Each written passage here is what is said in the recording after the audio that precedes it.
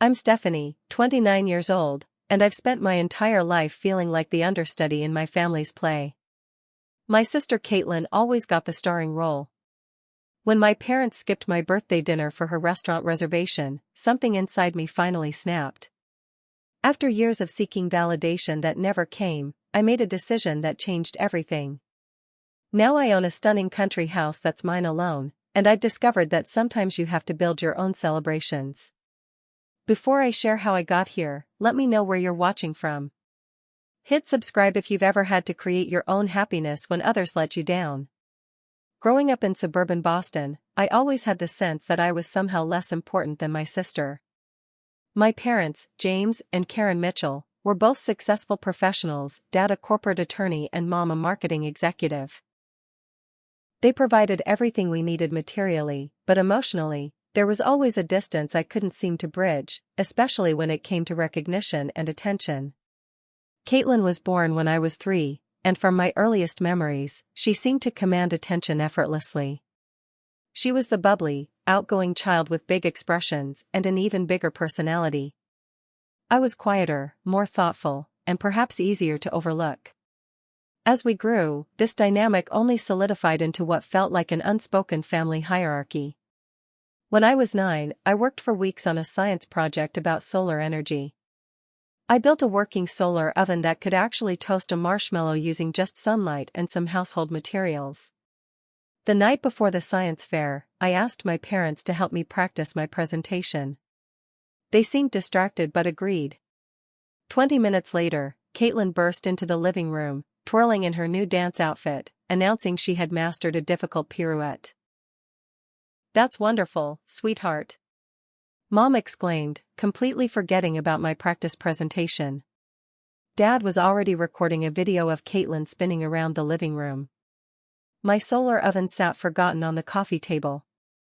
"But we were going to practice my science presentation," I said quietly. "You'll be fine, Stephanie. You're always good at school stuff," Mom replied without taking her eyes off Caitlin. The next day, I won first place at the science fair. My teacher called my parents to share the good news, but when I got home, the celebration was minimal, a quick good job before the conversation shifted to Caitlin's upcoming dance recital. 3 weeks later, the entire family, including extended relatives, attended Caitlin's recital. They brought flowers and planned a special dinner afterward. My science trophy collected dust on my bookshelf, barely acknowledged. Christmas was another annual reminder of our positions in the family. When I was 12, I unwrapped sensible gifts, new clothes for school, books, and educational computer software. Caitlin, meanwhile, squealed with delight over a new video game console, designer clothes, and tickets to see her favorite pop star. When I glanced at my mother with hurt in my eyes, she patted my hand and said, "You're just more practical, dear. These are the things you need." What I needed was to feel equally important, but I never found the words to express that. Family vacations were inevitably planned around Caitlin's interests. If she was into marine biology that year, we'd go to the aquarium or the beach. If she was in her horse phase, we'd visit a dude ranch. My love of history and architecture rarely factored into our destinations, except when it accidentally overlapped with whatever Caitlin wanted to do. I adapted by becoming fiercely self-sufficient. I excelled academically, partly from natural aptitude but mostly from determined effort.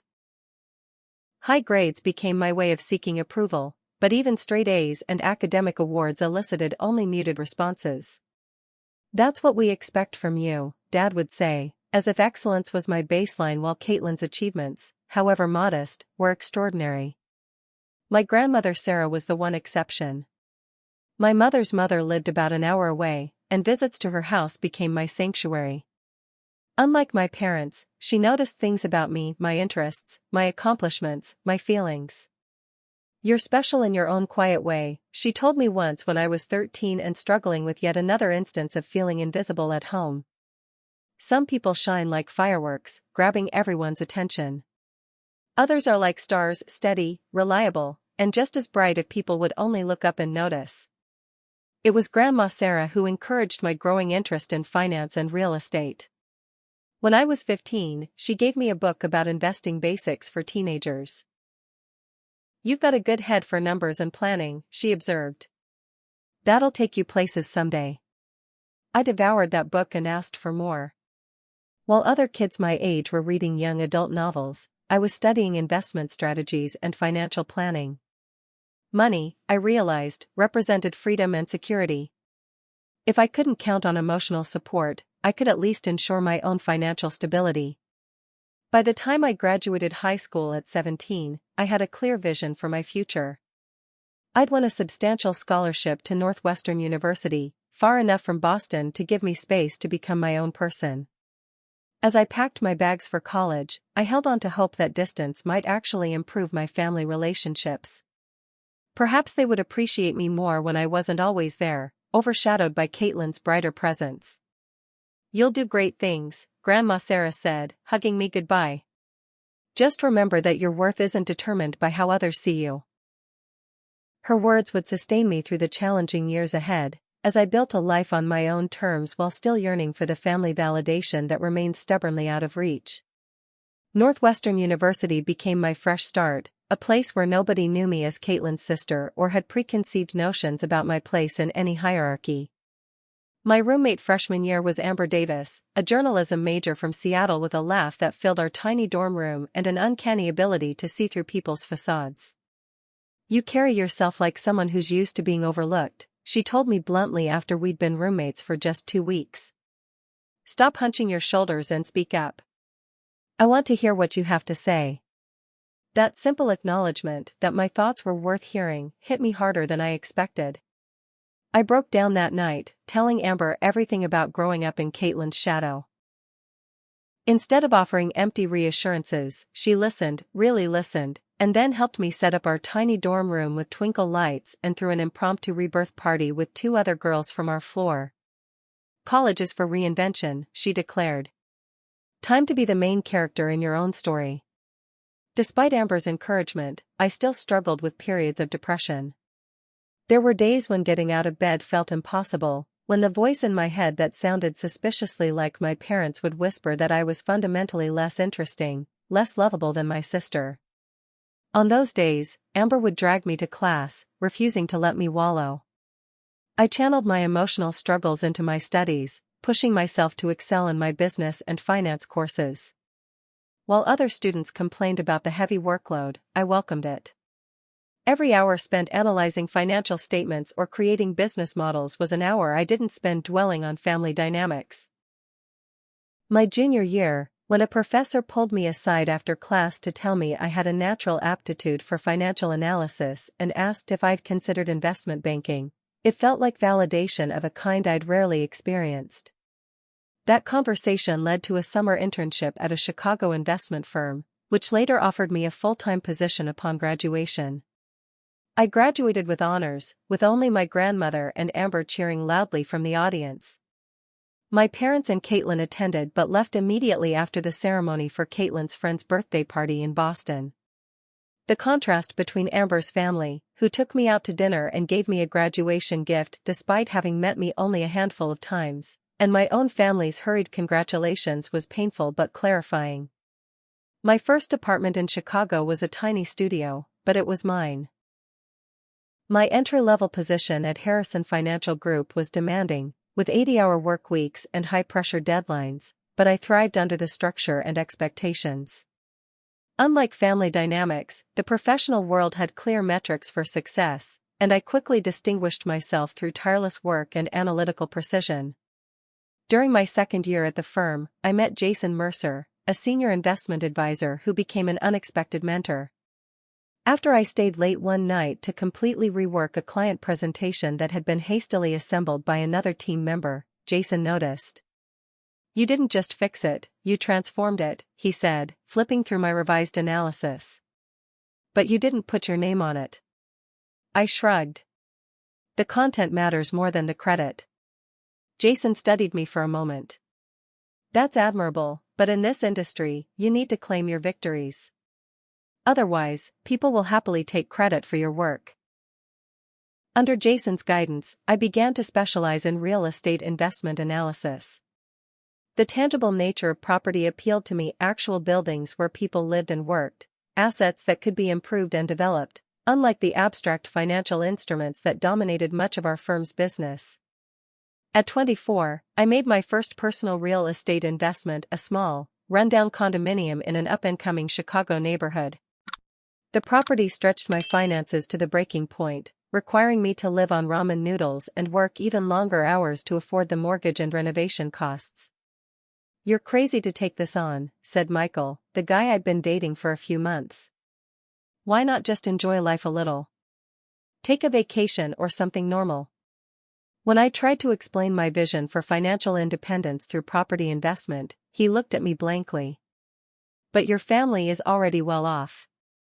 Why kill yourself working when you could just ask them for help?" He couldn't understand why that was the last thing I'd ever do. We broke up a few weeks later when he complained once too often about my work schedule and renovation projects taking priority over date nights. I mourned the relationship briefly but threw myself back into work and my property renovation. 6 months later, I had transformed the condo and built substantial equity. The success fueled my confidence, and I began developing a systematic approach to identifying undervalued properties with potential.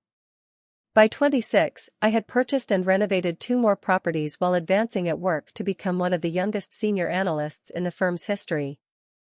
My family remained largely unimpressed with my career trajectory. During infrequent phone calls home, my mother would listen politely to brief updates about my work before eagerly shifting the conversation to Caitlin's latest achievements. Her promotion at the marketing agency where she worked, the luxury vacation her boyfriend had surprised her with, or her growing social media following for her fashion and lifestyle content. Even Grandma Sarah's passing when I was 27 couldn't bring our family closer in any meaningful way. At her funeral, my grief was compounded by my parents' seemingly greater concern for how Caitlin was handling the loss, despite my much closer relationship with my grandmother.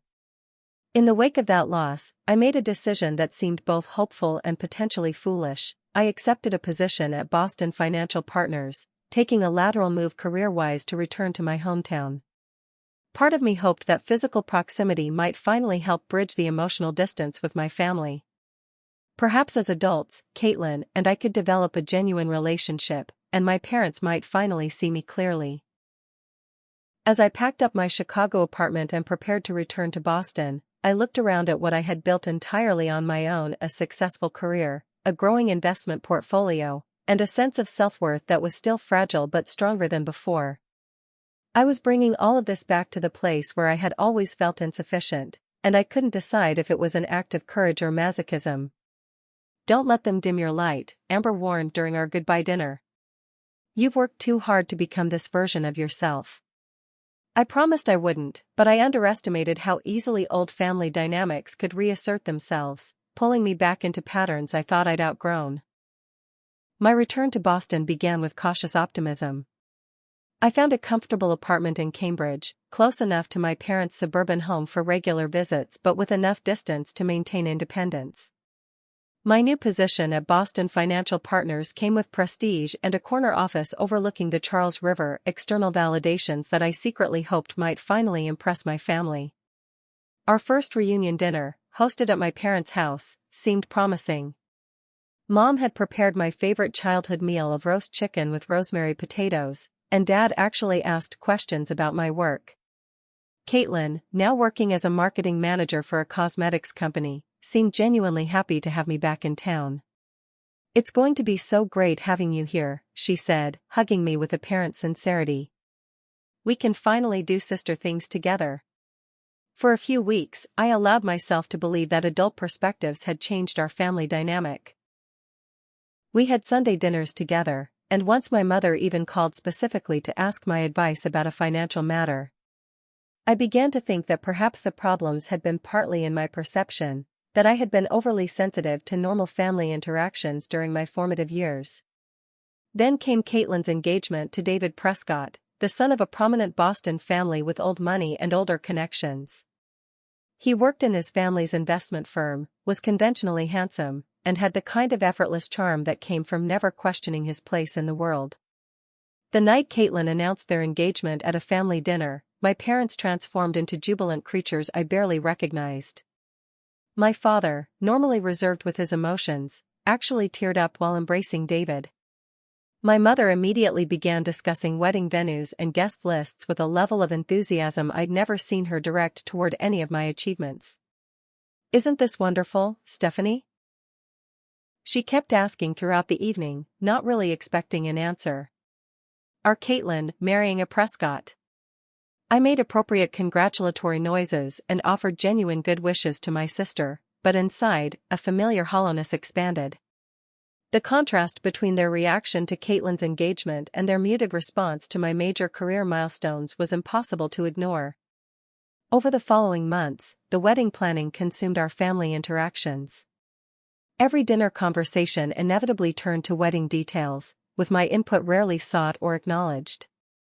When I mentioned closing a major investment deal that had earned me a substantial bonus, my mother nodded distractedly before asking my opinion on whether ivory or pure white would be better for the table linens at the reception.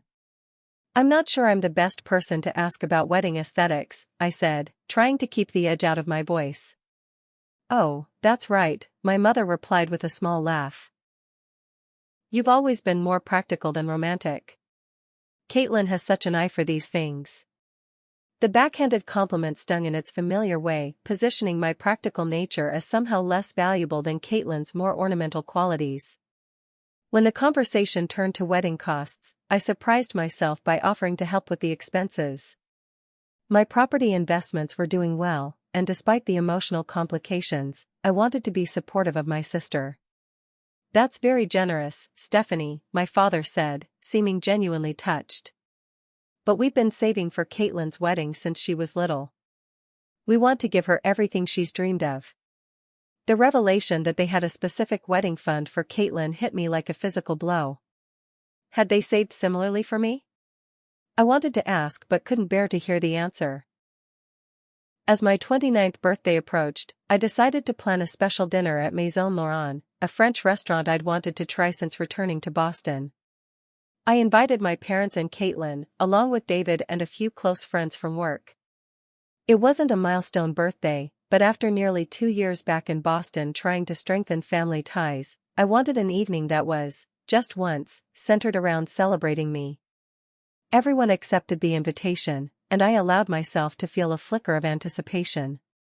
I made the reservation a month in advance, splurged on a new dress, and even scheduled a professional hairstyling appointment for that afternoon. The cancellation call came 5 hours before dinner, as I sat in the salon chair watching my hair being transformed into elegant waves. "Stephanie, honey," my mother's voice carried the practiced tone of someone delivering disappointing news they don't actually find all that disappointing. "Something's come up with the wedding planning, and we won't be able to make your birthday dinner tonight." I gripped my phone tighter. What happened? Is everything okay? Oh, yes. Better than okay, actually. David's father got them a last-minute reservation at Bartholomew's. You know how impossible those are to get, there's a 6-month waiting list. They wanted us to join them to discuss some wedding details with the potential caterer who's meeting them there. It's such an amazing opportunity. Bartholomew's was indeed exclusive, but it wasn't a venue for wedding planning. It was simply an upscale restaurant, one that could have been visited any night. "Mom, we've had my birthday dinner planned for a month," I said, working to keep my voice steady as the hairstylist pretended not to listen. "Couldn't they schedule the catering meeting for another night?" "Well, that's the thing about Bartholomew's, you take the reservation when you can get it. I'm sure you understand. We'll do your birthday another time. Maybe next weekend? Will Caitlin still be coming tonight?" I asked, already knowing the answer. "Oh, no, she and David are the ones with the reservation. You wouldn't want her to miss this opportunity, would you? The caterer they're hoping to book is in high demand for the summer season." There was no caterer, I was almost certain.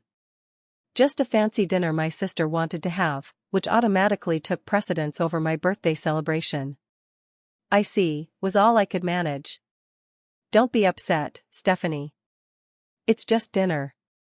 You've always been so independent anyway." I'm sure you and your work friends will have a lovely time. After ending the call, I sat motionless in the salon chair, staring at my reflection as the stylist awkwardly resumed work on my hair. My carefully applied makeup couldn't hide the hurt in my eyes or the rigid set of my jaw as I fought back tears. That evening, I arrived at Maison Laurent to find only two of my work colleagues had made it. One had a legitimate family emergency, the others sent last-minute texts with vague excuses. I suspected they'd sensed my family wasn't coming and decided the dinner wasn't worth prioritizing.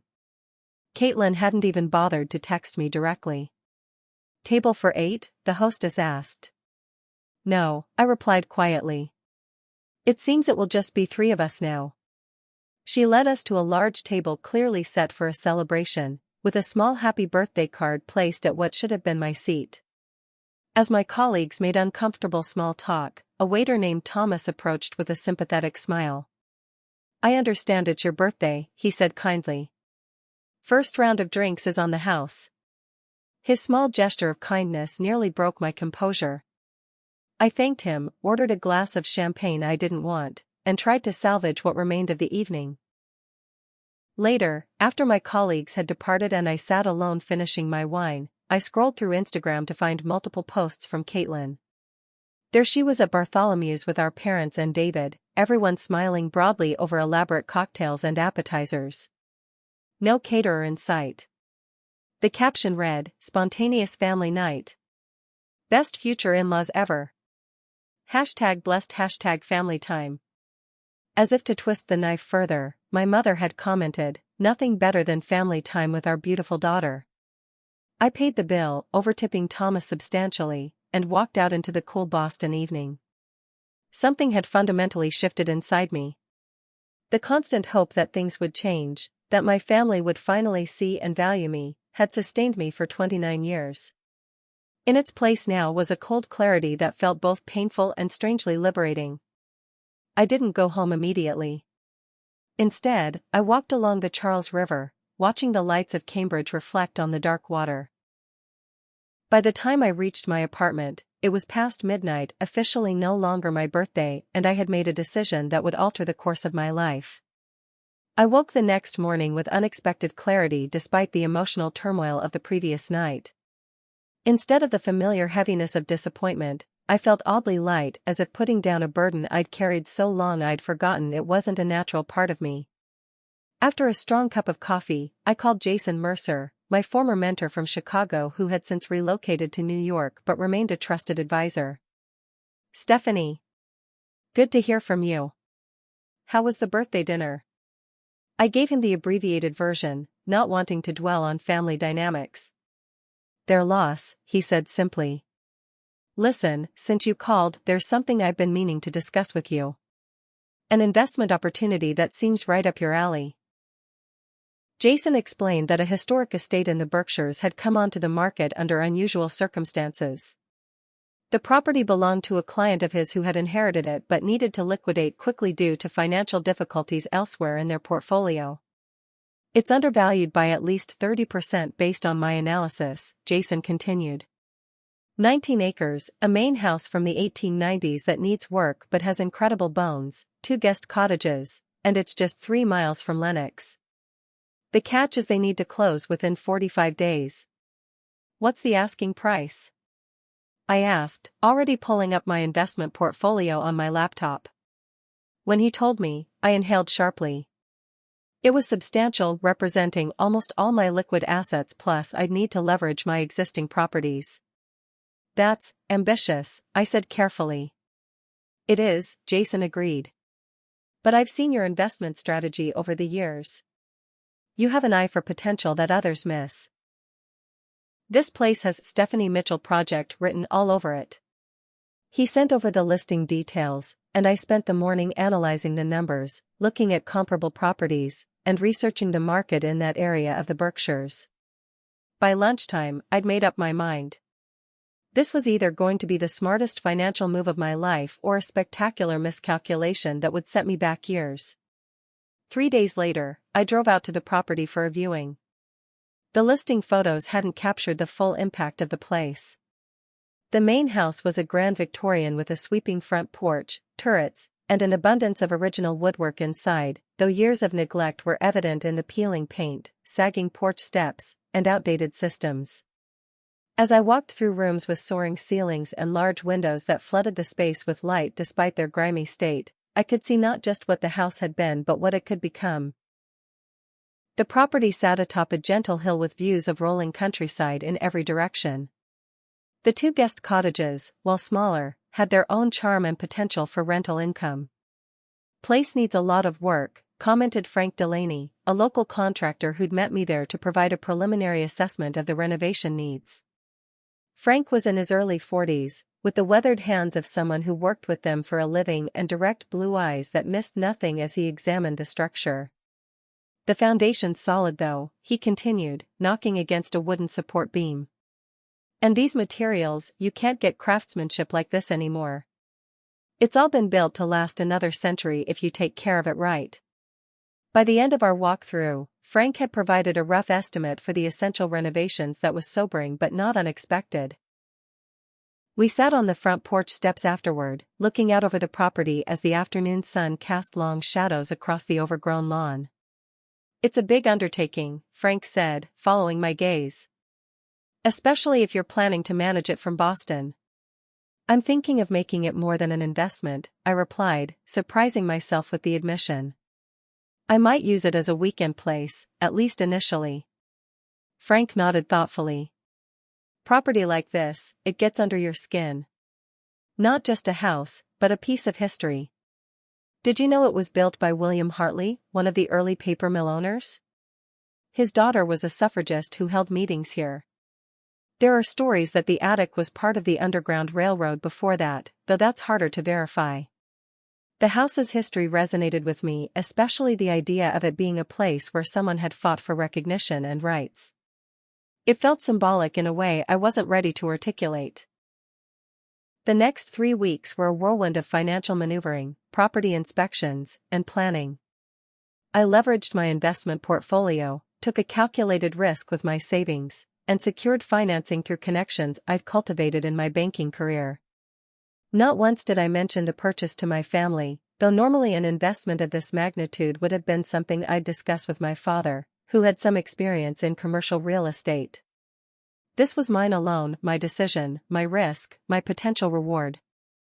The closing process was expedited due to the seller's circumstances, and 39 days after first hearing about the property, I signed the final paperwork and received the keys to what was now officially Hillcrest House, named for its position on the highest point of the surrounding landscape. The renovation began immediately. I negotiated a leave of absence from work, planning to split my time between Boston and the Berkshires during the initial phase of the project. Frank assembled a crew of local tradespeople, and we prioritized structural issues, the roof, electrical systems, and plumbing. I surprised myself by enjoying the physical aspects of the renovation. On weekends, I would don work gloves and help with the less technical tasks: stripping wallpaper, sanding woodwork, painting walls once the plaster repairs were complete. The work was tangible in a way that financial analysis never was. At the end of each day, I could see visible progress. "You're not what I expected when Jason said his hotshot financial analyst friend was buying the old Hartley place," Frank commented one Saturday as we worked side by side refinishing the library's built-in bookshelves. "Most investors I've dealt with just write checks and make demands from a distance. I've learned that if you want something done right, sometimes you have to be willing to get your hands dirty," I replied, wiping sweat from my forehead and probably leaving a smear of varnish in its place. Frank grinned. "A woman after my own heart." There was something in his tone that made me glance up, catching a look in his eyes that seemed more personal than professional.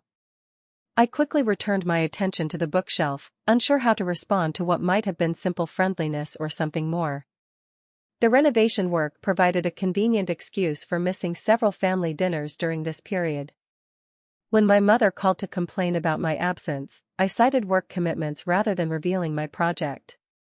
Something in me wanted to keep Hillcrest House separate from my family until it was complete, a revelation rather than a work in progress they could critique or dismiss. As spring turned to summer, the transformation of the property accelerated.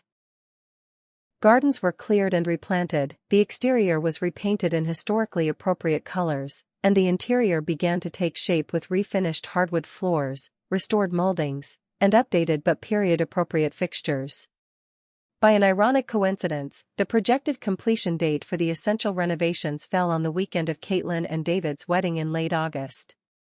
I hadn't planned it that way, but as I reviewed the timeline with Frank, I couldn't help but appreciate the symmetry, my sister's celebration of her new life coinciding with the fulfillment of my own very different dream. "We'll be cutting it close," Frank warned. "There are always last-minute issues with a project this size. Just focus on making it presentable and functional," I told him. "The cosmetic details can wait if necessary." What I didn't share was my growing plan to host a small gathering at the house immediately after the wedding weekend. A private celebration of this achievement that was entirely mine. It would be my declaration of independence, though from what exactly, I wasn't yet ready to fully articulate even to myself. Caitlin and David's wedding weekend arrived with all the pomp and circumstance one would expect from the joining of two prominent Boston families. The rehearsal dinner on Friday evening was held at the Prescott Family's Country Club, an exclusive establishment where old money spoke in hushed tones and new money tried desperately to be accepted. I arrived wearing a deep blue cocktail dress that I'd chosen carefully to be appropriate without drawing attention. My role was supporting cast, not scene stealer, a position I'd grown accustomed to in our family dynamics. "Stephanie, you made it." Caitlin air-kissed me when I arrived, looking radiant in a white designer dress that probably cost more than most people's monthly salary. "I was beginning to think you might be too busy with work again." There was a slight edge to her comment that I chose to ignore. "I wouldn't miss it," I assured her with a smile that felt only slightly forced. "You look beautiful." "Thank you. I'm just so stressed about everything being perfect." Mom's been amazing, handling all the last-minute details. On cue, our mother appeared, elegant in a silver gown that complemented her still youthful figure. "Stephanie, there you are. We were just discussing the seating arrangements with David's mother. Would you mind being moved to table 3 instead of 2? The Andersons' son cancelled, and we need to rebalance the singles." "Not at the family table, then." I nodded, swallowing my disappointment. "Of course. You're a dear. Now, have you seen the flower arrangements?" Mary Ann Prescott insisted on using her florist, and they've done a magnificent job with the orchids and roses theme. The evening progressed predictably, with my parents orbiting around Caitlin and the Prescotts like planets around twin suns. I made polite conversation with distant relatives and family friends, many of whom seemed surprised I was still single at 29. "You're so accomplished, though," said my mother's cousin Judith, with the tone of someone identifying a puzzling contradiction. "I would have thought men would find that attractive." "Some men are intimidated by successful women," contributed Aunt Patricia, patting my hand consolingly. "Perhaps you should try to appear less formidable." "I'm quite content focusing on my career right now," I replied, the practiced response flowing easily. I didn't mention Hillcrest House or the strange new friendship developing with Frank, which existed in a category I wasn't yet ready to define. The wedding day itself dawned clear and perfect, as if even the weather recognized Caitlin's special status. As a bridesmaid included more out of obligation than closeness, I spent the morning in a suite at the Four Seasons, watching stylists transform my sister and her 5 closest friends into enhanced versions of themselves. "Stephanie, you're next for makeup," the wedding planner announced, checking her clipboard. "They'll need to contour a bit more for your face shape." I submitted to the ministrations of the makeup artist, who tutored over my simple hairstyle and applied products with names like photogenic finish and camera ready, a literal preparation for a supporting role in someone else's production. The ceremony at Trinity Church was objectively beautiful, with string quartet music floating up to the vaulted ceilings and sunlight streaming through stained glass windows. I performed my bridesmaid duties flawlessly, holding Caitlin's bouquet during the vows and standing at the appropriate angle for photographs. During the reception at the Boston Harbor Hotel, my father gave a speech that brought tears to many eyes. Watching Caitlin grow from our beautiful little girl into this radiant woman has been the greatest joy of our lives, he said, voice thick with emotion. From her first dance recital to her college graduation, she has been our pride and joy. And now, seeing her marry into the wonderful Prescott family, we couldn't be prouder or happier. Our pride and joy. Not one of our 2 children who brought us pride. The distinction wasn't lost on me, nor was the fact that he'd never attended a single one of my academic award ceremonies but had apparently been at all of Caitlin's dance recitals. After dinner and dancing, a smaller group gathered in a private lounge area for after-reception drinks. I was preparing to make a discreet exit when my Aunt Helen cornered me. "Be a dear and help collect the gift envelopes from the card box," she requested. "Your mother wants them secured before the hotel staff starts cleaning up." I nodded and headed toward the main reception area, passing a partially open door to a small conference room where I could hear my parents' voices. I would have continued past, but I heard my name and instinctively paused. "Have to tell Stephanie soon about the lake house," my father was saying. "She's always had an emotional attachment to it." "I know, but what choice do we have?" my mother replied. "Caitlin and David need help with their down payment on the Beacon Hill property, and liquidating the lake house is the simplest solution. It's not like Stephanie uses it much anyway." "She might want to buy us out of our share," my father suggested. My mother sighed. "James, you know she can't afford that on a single income, even with her salary. Besides, Caitlin has her heart set on that particular house, and the market is so competitive. The Mitchells and Prescotts should have adjacent properties. It makes sense for the future, especially when they start having children." The lake house they were discussing was a modest vacation property in Maine that had been in our family for 3 generations. My grandparents had left it jointly to my father and his brother, who had later sold his share to my parents. It was the one place where I had consistently happy childhood memories: summer swimming in the lake, reading books on the screened porch during rainstorms, learning to canoe with my grandfather. "We'll still have holidays there," my father was saying. "Caitlin promised we'd always be welcome." It's not like it's leaving the family. But it was leaving me. Once again, Caitlin's desires trumped everything else, including family legacy and my emotional attachments. Something snapped inside me. The accumulated weight of a lifetime of such moments suddenly became unbearable. Before I could reconsider, I pushed the door open fully. "Don't worry about telling me," I said, my voice steadier than I would have expected. "I just heard everything." My parents turned with matching expressions of surprise and discomfort.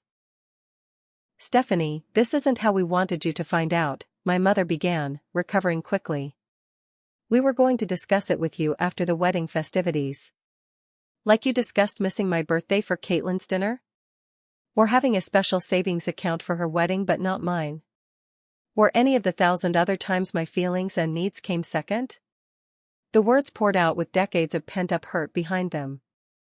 "That's unfair," my father protested, straightening his bow tie in a nervous gesture. "We've always treated you and your sister equally."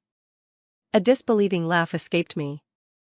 "Dad, that's simply not true, and on some level, you must know that.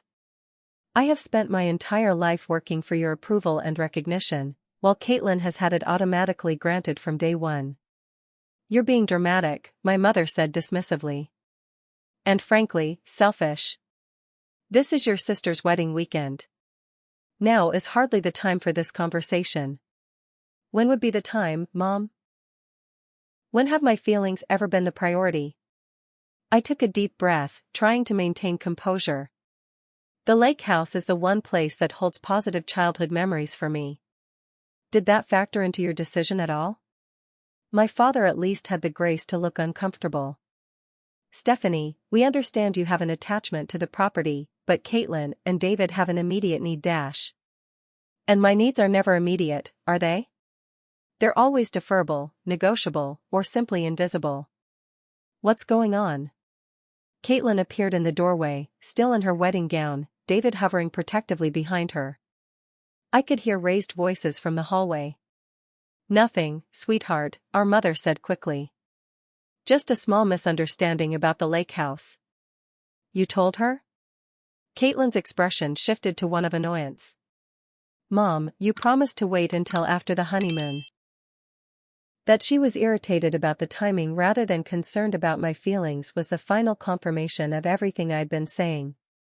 Yes, I know about your plans for my childhood home, I said directly to Caitlin. Congratulations on your wedding and your new house. I hope they bring you joy. I turned to leave, but Caitlin caught my arm. Don't be like this, Stephanie. It's still going to be in the family. You can visit anytime. As a guest in what should have been partly mine? No thank you. I gently removed her hand from my arm. I've spent my life being a guest at the Caitlin show. I'm done with that role. You've always been jealous of me, Caitlin said, her voice hardening. Just because I'm better at connecting with people and having a normal life instead of burying myself in work and investments. Caitlin, my mother admonished, though whether for the content or just the tone was unclear. No, let's be honest for once, my sister continued. Stephanie has always resented that people naturally prefer being around me. It's not my fault that she's cold and analytical while I'm warm and sociable. Is that how you see me? I asked quietly, looking from Caitlin to my parents. Cold and analytical? The momentary silence was answer enough. I see. Well, I won't disrupt your celebration any further with my cold, analytical presence. I smoothed my bridesmaid's dress and squared my shoulders. I wish you all a lovely evening. I walked out, ignoring my mother's call to come back and be reasonable. The August night air felt cool against my flushed skin as I retrieved my car from the valet. Instead of returning to my Cambridge apartment, I pointed my car west toward the Berkshires, toward Hillcrest House. The 2-hour drive gave me time to process the emotions swirling through me: anger, hurt, grief, but also, surprisingly, relief. There was a certain freedom in having finally spoken my truth, regardless of whether it had been heard or understood. As I drove through the darkness, leaving Boston and my family's celebration behind, I felt like I was driving towards something as well, a new chapter where I would no longer be defined by my place in the family hierarchy but by what I had built entirely on my own. I arrived at Hillcrest House well after midnight, the gravel driveway crunching under my tires as I pulled up to the now transformed Victorian. In the moonlight, the freshly painted exterior glowed a soft cream color with deep green trim, looking both stately and welcoming. Motion sensor lights illuminated my way to the front door, one of the many modern conveniences that had been seamlessly integrated into the historic structure. Stepping inside, I kicked off my heels and stood in the grand entryway, taking in the results of months of intensive renovation. The house was nearly complete, with only finishing touches remaining in a few rooms. The original hardwood floors gleamed under vintage-inspired light fixtures. The wallpaper I'd selected, reproductions of period designs, added warmth and character to the formal dining room visible through a doorway to my right. This was mine. Every decision, from the paint colors to the restored crown moldings to the updated kitchen that blended modern functionality with Victorian aesthetic, had been mine to make. No one had overruled my preferences or dismissed my vision. After changing out of my bridesmaid dress into comfortable clothes, I opened a bottle of wine I'd been saving for the house's completion and took it to the front porch. Sitting on the porch swing we'd installed just the previous weekend, I looked out over the moonlit property and felt a profound sense of peace despite the emotional tumult of the evening. I slept deeply that night in the master bedroom that still smelled faintly of fresh paint and new linens. When I awoke to sunlight streaming through the east-facing windows, my first thought wasn't of the wedding or the confrontation but of how perfectly the morning light illuminated the room, just as I'd hoped when choosing the soft blue wall color. Over coffee in the kitchen. Now featuring custom cabinetry that replicated the original 1890s style but with modern conveniences, I made a decision. I'd been generally private about my personal life on social media, posting rarely and usually only about safe topics like vacations or professional accomplishments. Today would be different. I spent the morning staging and photographing the house, capturing the transformation from different angles. The grand staircase with its restored banister. The library with built-in bookshelves Frank and I had refinished together. The sunroom I'd converted into a home office with views of the gardens. The cozy sitting room with its original fireplace now brought back to working condition. When the light shifted to afternoon, I moved outside to photograph the exterior. The wraparound porch with its new ceiling fans and comfortable seating areas, the landscaped gardens that were just beginning to establish themselves, the guest cottages that had been updated with the same attention to historic detail combined with modern comfort. As I reviewed the photos, I considered what to write. My instinct was to be subtle, to avoid anything that might be construed as directed at my family. Yet there was also a strong desire to claim this achievement and what it represented. After several drafts, I settled on a caption that felt true without being deliberately provocative. Sometimes you have to build your own celebrations. My gift to myself after years of waiting for validation that never came. Proud to introduce Hillcrest House, a 19th-century estate I've spent the past 6 months restoring. Every nail, brushstroke, and design decision represents a step toward creating a life that doesn't require external approval to feel complete. #New Beginnings #Historic Renovation #Berkshire Life. I selected 12 photos that showcased the transformation, positioned my social media apps to cross-post to both Instagram and Facebook, and after a moment's hesitation, pressed share. Then I put my phone aside and spent the next hour planting the herb garden I'd designed for a sunny spot near the kitchen door, deliberately not checking for notifications. When I finally picked up my phone again, I was stunned by the response. The post had garnered more engagement than anything I'd ever shared, hundreds of likes, dozens of comments, and several shares. While I had a decent network of professional contacts and former classmates, I'd never experienced this level of social media attention. Most comments expressed admiration for the renovation and congratulations on the achievement. Several asked for details about the property's history or the restoration process. A few mentioned how inspiring they found the message about self-validation. Stephanie Mitchell. This is gorgeous. Why am I just now finding out you bought a whole estate? Call me immediately. This from Amber, my college roommate and still close friend despite the geographic distance between us. I smiled and texted her that I'd call tomorrow with the full story. Among the notifications was a text from Frank, "Saw your post. House looks amazing in the photos.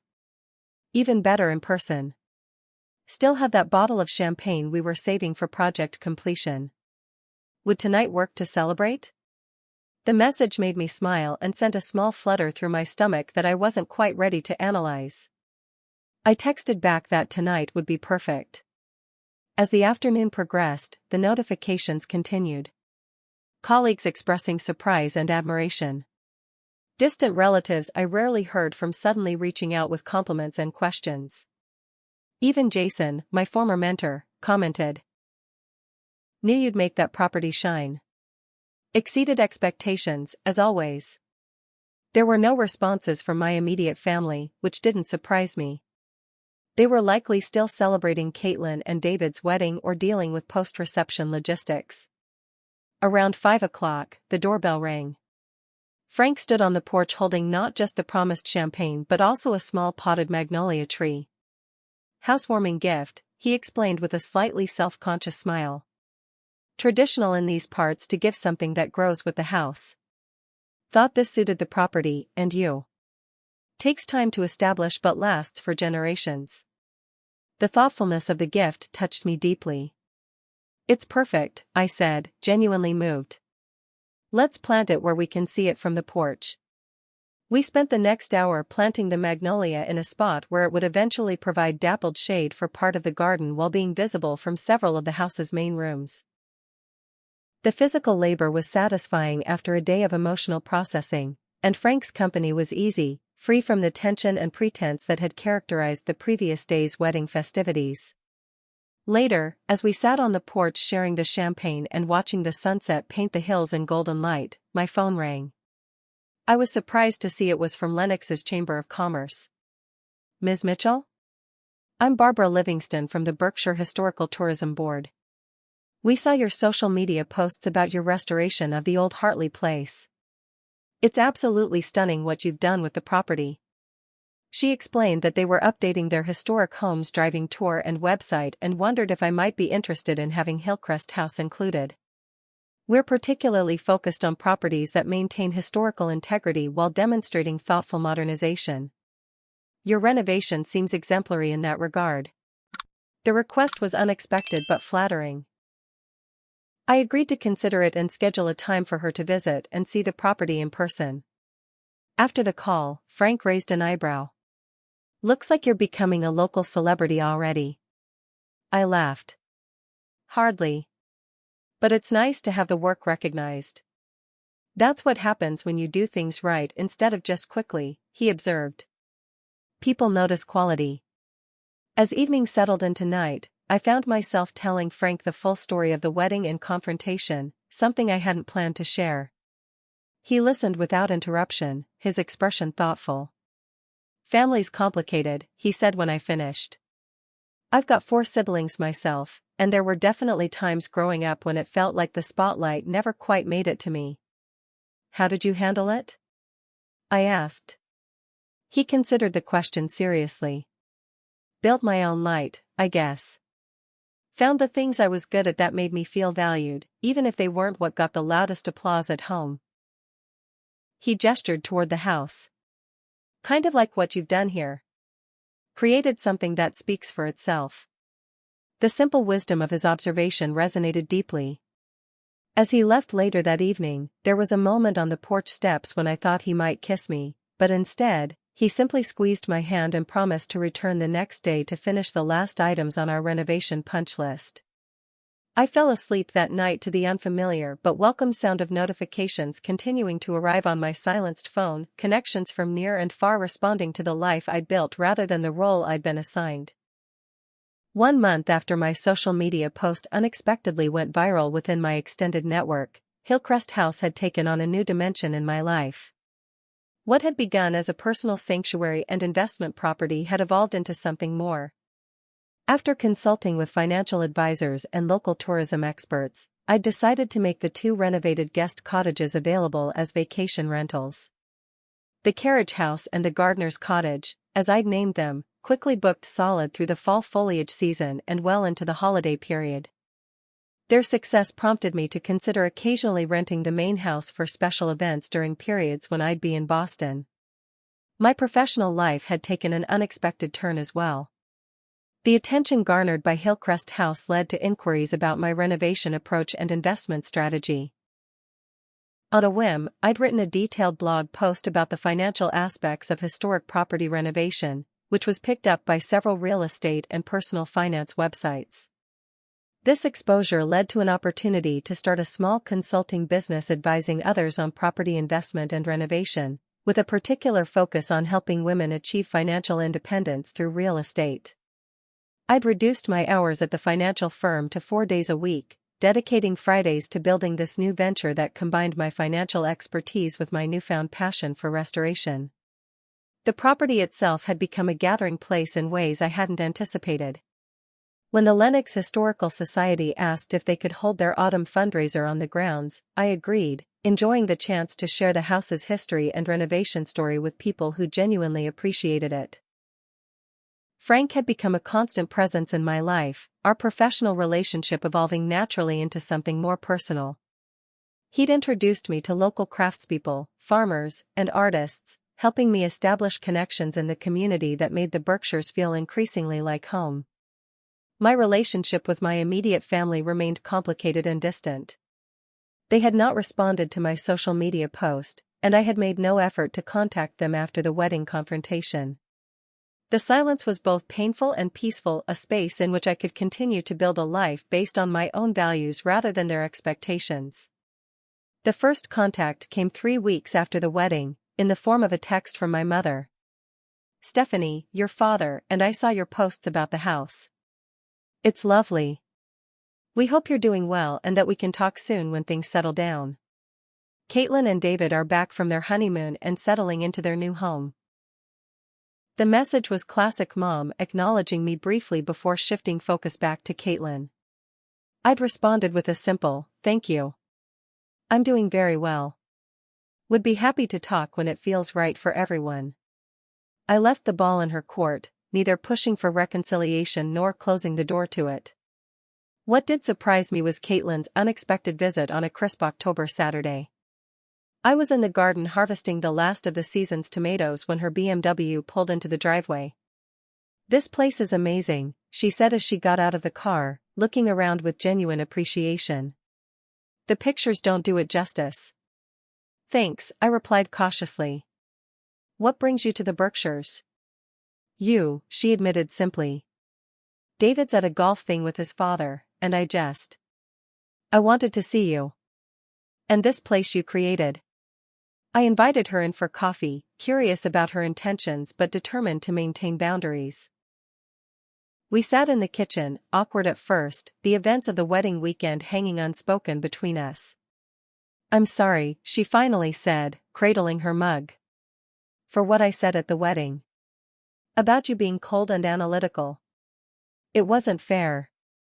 The apology surprised me. "Thank you for saying that. When I saw your post, this house, I realized there's so much about you I don't understand. Or maybe never tried to understand."